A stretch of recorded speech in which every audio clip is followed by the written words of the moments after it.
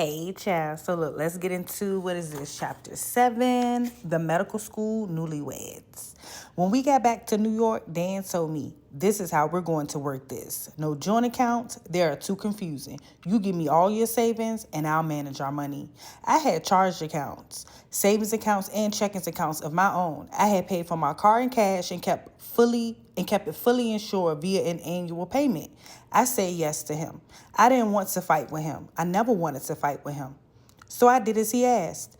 I viewed marriage as a partnership, and Dan viewed it as a matter of possession and ownership, and there is a big difference there. Dan had refused to attend any of the church's prenuptial classes before our wedding, so we never discussed any of this before getting married.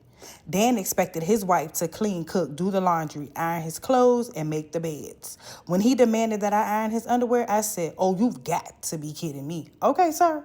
If you want that done, you're going to have to do it yourself." I mean, it was crazy making.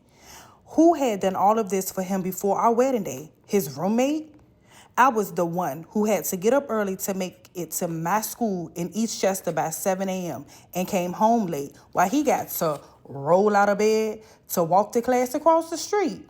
I moved into a dorm room with Dan until a married residence became available in September. We had to share a community bathroom with our neighbors. I had to commute from Manhattan to Eastchester every day. My life had taken a nosedive for the worse in a big way. My mother was still furious about the wedding and was threatening to throw all my things away if I didn't come and get them.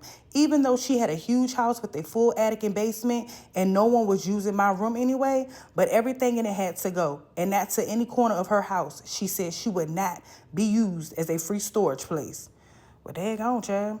That was the first time I lost everything I had ever owned. I managed to save my record collection and some wedding gifts and a few clothes, but not much else. She knew there was no way that I could take anything to that tiny dorm room. She was just getting me back for Dan wearing that awful suit to her wedding. Child, Betty ain't had nowhere to go, if you ask me.